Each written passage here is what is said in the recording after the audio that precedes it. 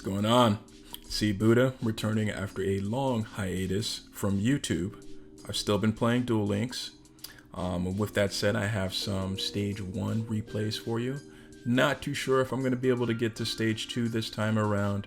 Here it is Sunday, and I'm just now getting around to recording this. It is what it is. Now, I used 3 different decks on the climb to maximum level. I used this Shiranui deck you see right here. I also used a Thunder Dragon deck. It's not quite dead.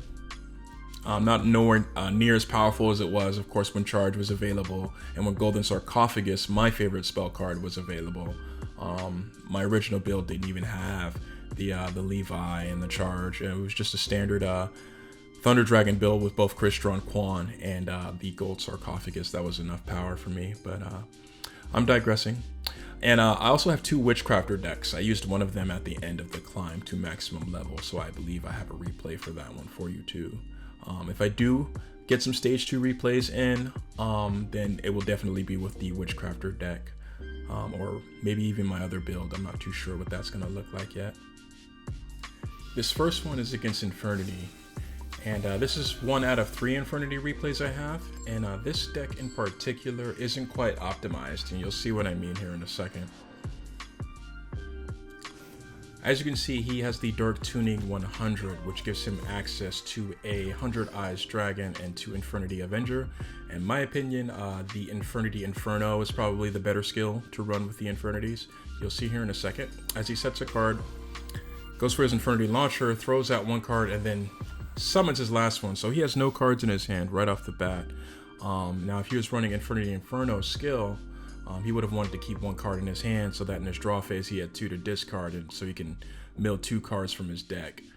But because he's not running the skill, you'll see why he set this card. I'm a little confused at this point, so at this point I'm just going to go for the Sun Saga play to protect myself from an incoming Infernity Doom Dragon. But as you can see, he's actually running the Infernity Inferno as a trap card. Now, the drawback to using this is that if you don't draw it, you don't get access to your mill. Luckily, he was able to draw it, but because he had to set this card, he only has 1 card to discard, and thus can only mill 1 monster. If he had used the skill, then he would have had 2 cards to discard there. Now, he searches the Infernity Force here. As you could see earlier, he drew into his second launcher there, and he had to discard that in order to activate Inferno. So him searching the Infernity Force instead of a 3rd launcher shows me that his deck probably isn't optimized. He wasn't able to, go for this, because normally they can go for a summon here. Of course, he wouldn't have been able to do that because I have the Karma Cut to lean on there anyway. But normally he would have just went for the Infernity Doom Dragon and then used another launcher to make another summon happen there. But that wasn't the case. I'm going to go for Spectral Sword play to go for that Revive King Hades. I run him now instead of the Archfiend Zombie Skull because I think it's way more effective in this meta. Now, when I summoned Solitaire here, I know I could have tributed it off to get my other Spectral Sword out of my deck, thus thinning out my deck and bringing my second Spectral Sword to go to the graveyard.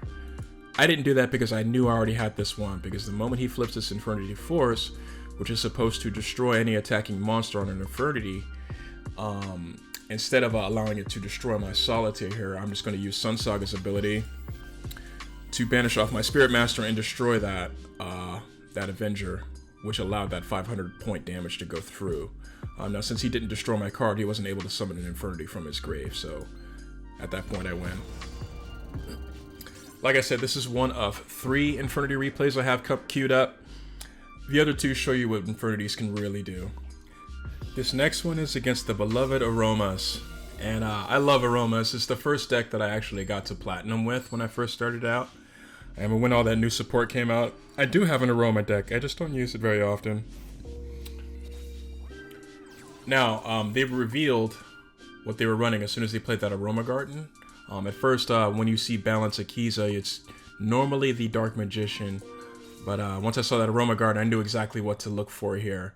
If he didn't play that face up on his first turn, then I would have been wary of Magician's Navigation, but I also would have been confused by the set card. So activating that Aroma Garden pretty much showed her hand. I don't think I would have done that. But, yeah, we'll see how this goes. I go for Shiranui Squire. She reveals Blessed Winds right off the bat. I'm going to play my Shade here, knowing that I could have gotten a Spectral Sword from my deck and done the level augmentation into Sun Saga. But the thing about Aromas is you want to break their board as soon as they start to establish it. Because if Aromas really starts to get started with their combos and all of their card crushes and whatnot, it's very difficult to take them down. They start gaining too many life points, they start having too many resources, too many responses, and chains to whatever you try to do.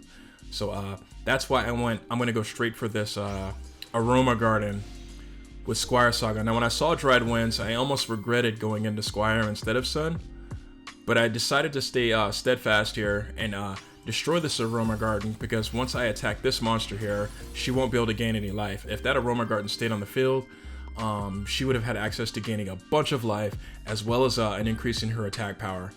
I didn't want that, so I get rid of the garden right off the bat, knowing that she's just going to use this Blessed Winds here to send her Rosemary there to the graveyard and destroy my Squire Saga.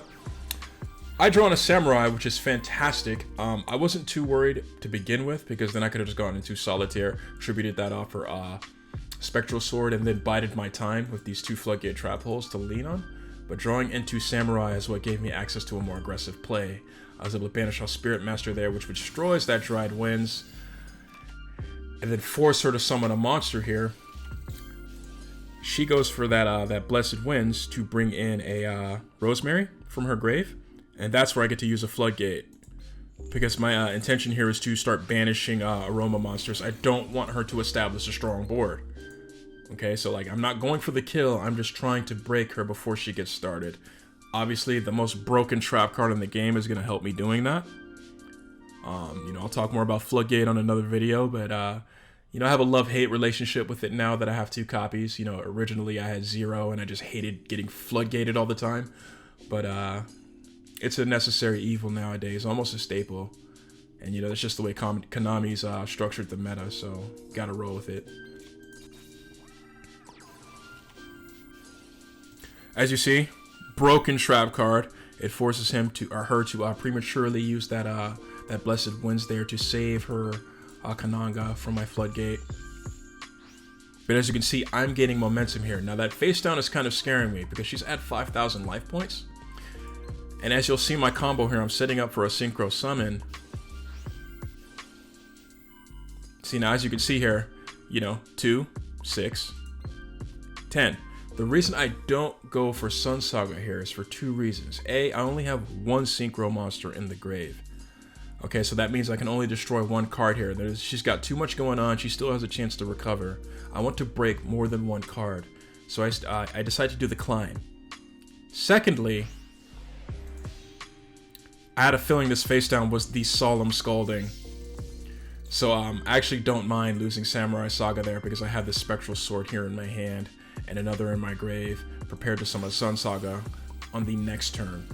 So I play the long game.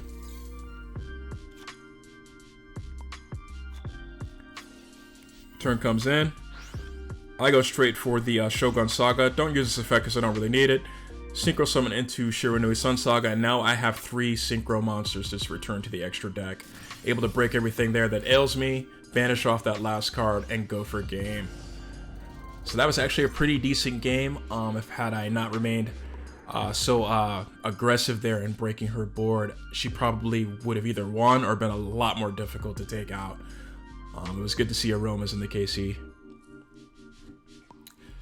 This next one is quite explosive. I commend my opponent for the way he played this. I'm not going to tell you what it is because honestly, I didn't even know what it was at first. Okay, so he leads off with the Doom Caliber Knight, which immediately threw me off because I've never come across this monster before. It looks like he had access to a monster effect negation here. So I have 2 options. I could play Solitaire and go for his effect, or I could set my little Spectral Sword here. Setting Spectral Sword would have been very passive and actually left his Doom Caliber Knight there on the field. I didn't want to do that. And I knew by tributing off Solitaire, he would probably just negate me anyway, but he'd have to tribute his monster to do so. I have Kuriboh and Floodgate to lean on. I'm going for a turn 4 advantage with this right here. As I predicted, he just negates that Solitaire. Didn't want me to get any Spectral Swords onto the field. He actually passes in turn 3. Looked like he didn't have anything to play there. I draw my Spirit Master here, and my intention is to get a Synchro Boss onto the field, but as you can see, he has 2 back row cards, one of them being the Treacherous Trap Hole. And because my Spectral Sword was just put into the grave that turn, I'm unable to use this effect in the graveyard, not until turn 6. So, moving on into his turn, he reveals the Dark Contract with the Witch. I did not expect the Triple D in the slightest, not until he flipped this card. Drops his little Vice Typhoon, destroys my Floodgate Trap Hole, and summons Beowulf. And because he got rid of Vice Typhoon, he can also summon a second one. So now, he's good for OTK. We're not for this little hand trap right here. But he does attack me with the second monster and bruises me pretty deeply there. So at this point, I have to finish it this turn, or I'm pretty much going to lose. I'm able to destroy one of his Beowulfs there with Spirit Master's effect. I use Level Augmentation to bring myself high enough to get Sun Saga onto the field, return Samurai back to the extra deck, hit him for 3,500 points, and leave his trap card to finish him off. That was a very explosive duel. My opponent played that perfectly. His push was impeccable, and yeah, I really enjoyed that one. Okay, moving on to the Thunder Dragons here. This is against Blue Eyes with the Ultimate Dragon skill. That's the new one that was dropped recently. That gives you access to Burst Twin Dragon. Or Blue Eyes Twin something. I think it's Burst Twin. Maybe I'm wrong. Either way, I'm going to open up. I don't have a very decent hand starting out. It would have been better if I had at least a Hawk into my hand or a Krishwan Kwan. You'll see how I play this as I show you a couple more replays, but I do have the 100 Thunders and the Kuriboh to lean on in turn 2. He reveals cards of consonance, tells me what he's playing. I mean, you could probably tell from his sleeves and his character, you know, but sometimes opponents are tricky. Luckily, he had a very passive turn 2. Otherwise, I would have had to exhaust some resources early on. This Kuriboh is going to play a crucial point in the game. So what I did there was just I brought back my Dragon Dart there with the Hawk and then tributed it off for Dragon Roar so I can search for my Dragon Duo there. Here I'm just gonna go straight for my Dragon Duo and bring back my Dragon Dart and actually use my skill prematurely. Now I know this isn't gonna take him down, but the reason I'm throwing everything I have at him right now is because I know he's obviously going to cancel out one of my attacks here with his Maiden, bring in a Blue Eyes White Dragon. But in doing so, I can finish off his Maiden with my Dragon Roar, and then attack his Blue Eyes with my Thunder Dragon Duo. That was my trajectory there. And again, I don't know what this face down card is. You know, it could have been Silver's Cry. I don't know what it is. So I think it was best to just throw everything I had at him. I wasn't able to boost my Duo. With his natural effect, I think beatdown was the correct play right there. In destroying his Blue Eyes, he was able to summon his Deep Eyes White Dragon, and that always catches me off guard. I was really more afraid about this face down card, thinking it might have been Rikeki Breaker Karma Cut, but he was able to drop this Deep Eyes White Dragon, which is probably a part of his plan, deal 1,200 points of damage to me.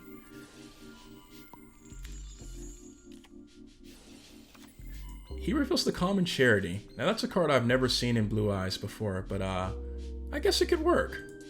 You'll see from how powerful of a play he has next turn that the cards he drew actually helped. He plays Protector, respect for that move.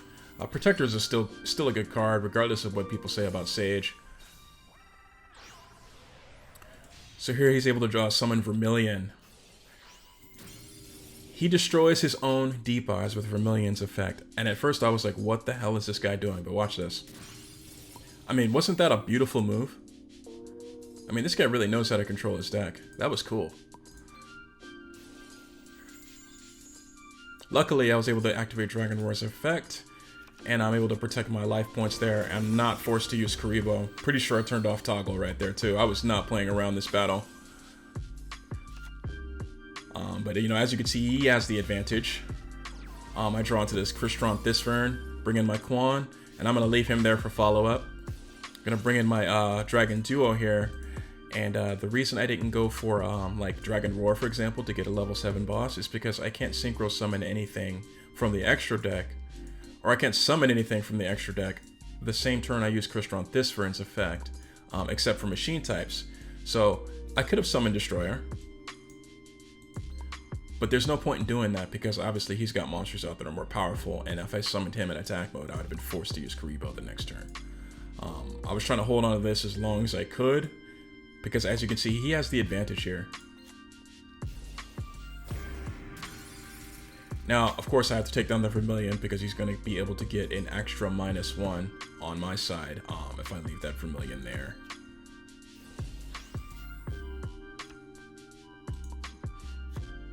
Now, as you see, he just plays the Polymerization.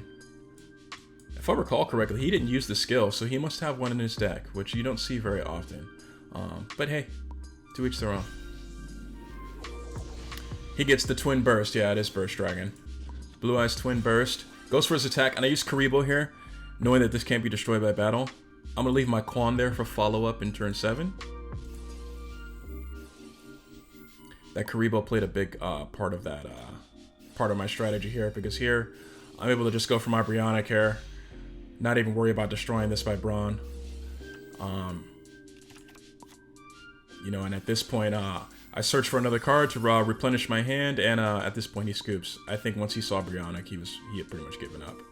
So that was a pretty decent duel. Blue Eyes always makes for good opponents.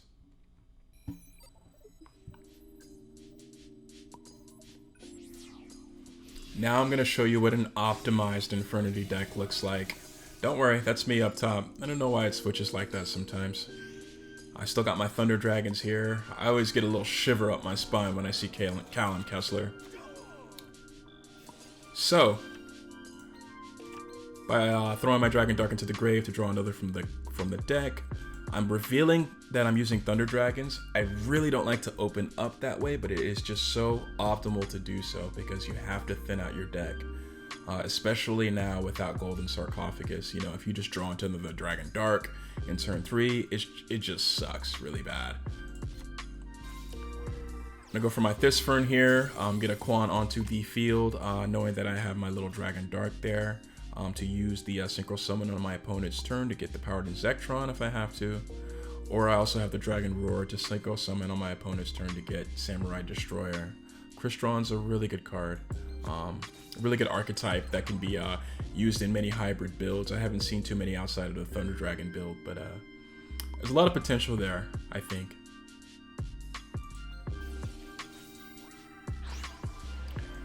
I'm gonna go straight for a Samurai Destroyer right here. I didn't really need the Insectron, so I decided to save that in my extra deck for a dire moment. Continue to thin out my deck, get access to Hawk because of Roar's ability. I'm going to use my Thisfern for the search, so it's great to have him in the grave. Here, I'm going to go straight for Brionic. You know, not really knowing what he's got there. I know it's probably chainable because of the delay, but still, confidently I use his ability. He reveals the Rainbow Life. He gains life points instead of loses them for the rest of the turn, so there's nothing I can do. I have no choice but to end my turn. He goes for the Infernity Inferno, and at this point I let go of the mouse because he played this flawlessly. With the help of that Rainbow Life, he was able to stall a turn and set himself up to use his skill because you can't use it until your second turn. In this case, turn 4 because he was second. So I'm just going to hang back and let you watch.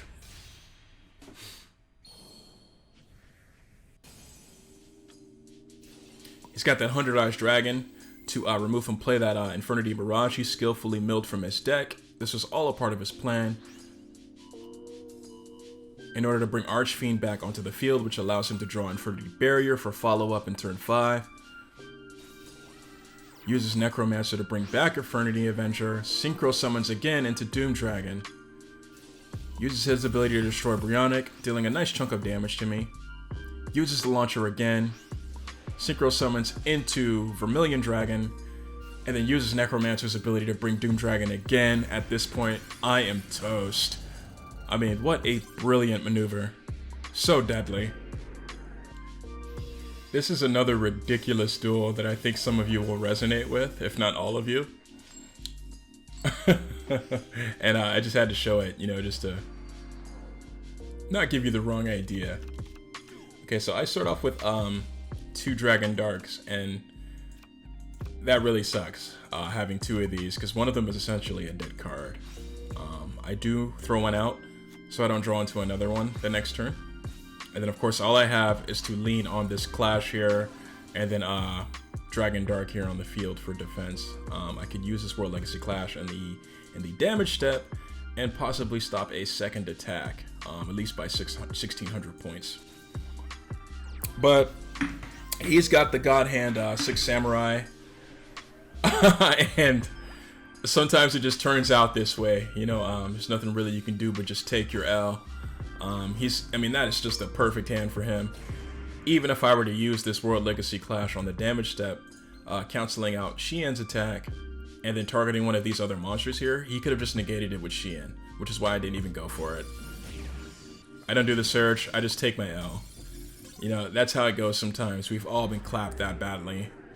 I just wanted to show you that, you know, just to have a couple losses in this video. I'm not always winning.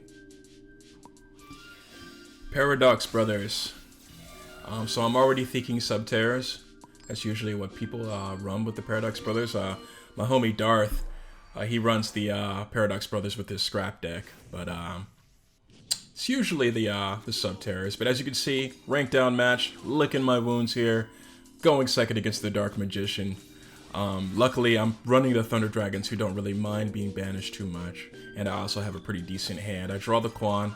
He goes straight for the Magician's Navigation. You know, once people see a tuner, they just freak out. I would have waited here. I mean, I would have been able to chain the World Legacy Clash on that Dark Magical Circle either way. But I think he definitely flipped that navigation prematurely. People always freak out when they see the tuner. But, you know, to each their own.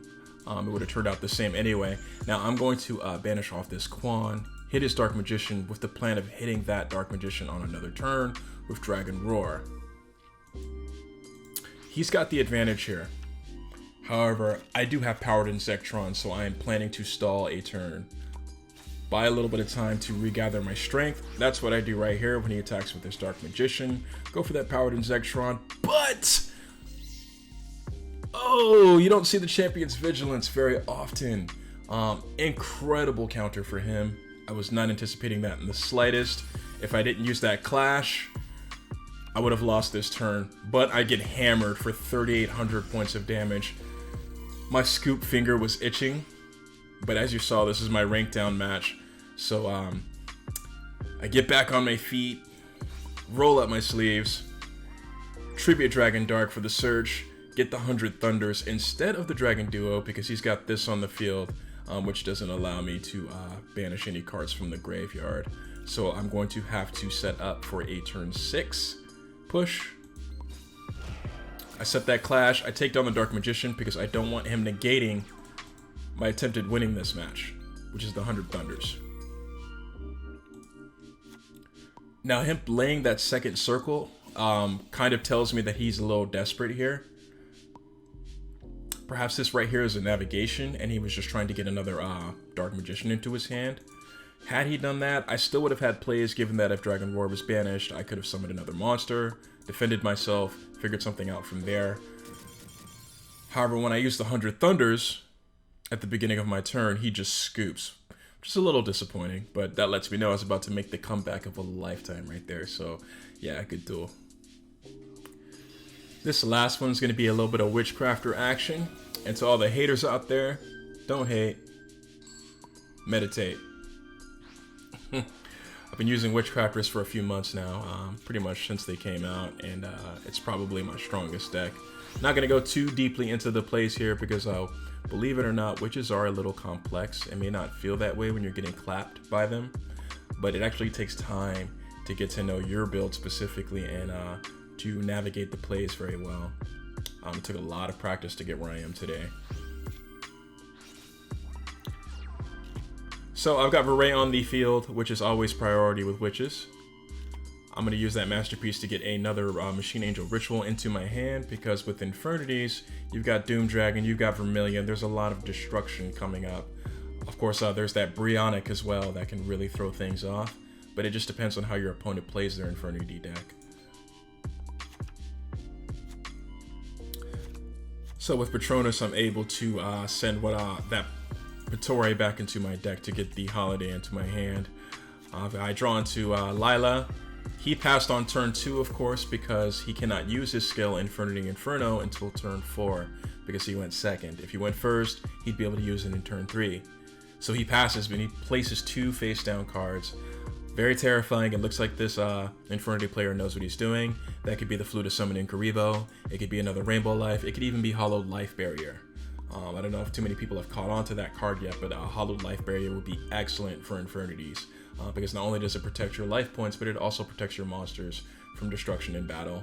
Something to note there. I bring out Lila, pop one of those Canadias there. He flips the other one to get rid of my Varay.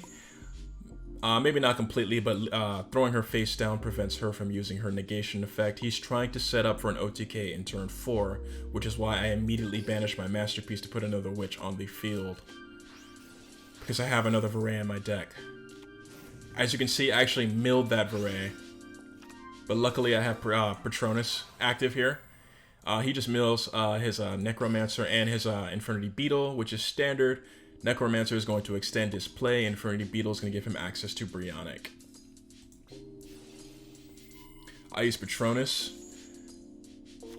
get my Varay back into my deck, draw into Collaboration, and I'm doing that, of course, so I can tag out with my Jenny here and get Varay onto the field, because I'm going to need her if I'm going to survive this incoming barrage.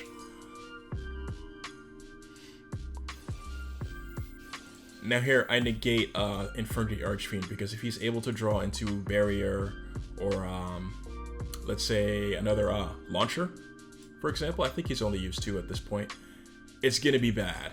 I'm already looking at quite a bit of power here.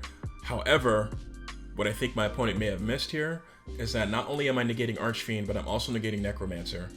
Varay, she can use her effect once per turn, but it negates all of my opponent's monsters on the field when the activation takes place.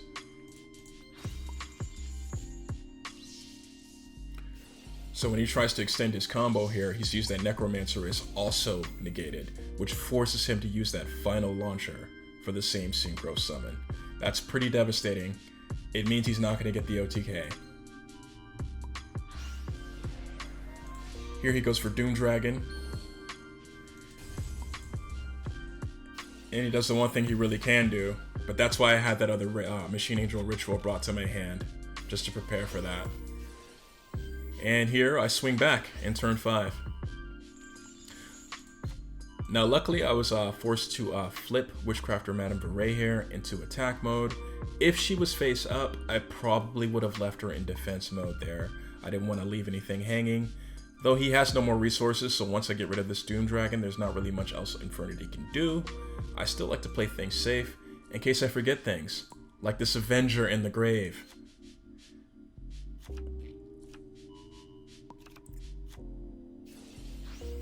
Witchcrafters may take a little time to set up, but I assure you they're strong, even after the nerf. So here, he's able to bring back Avenger from the grave, and that kind of shook me up, because I forgot about it, to be honest with you. Again, if this Varay was face up, I probably would have left her in defense mode, but because she was face down, because of that Canadia previously, I had to flip her into attack mode. And because of that, I was able to finish him in turn 5. So that was an accident, but it still looked pretty good. Hope you enjoyed the video. I had a lot of fun recording this and hitting the scene with you again. Hopefully I can get something up again soon. Talk to you later. Peace.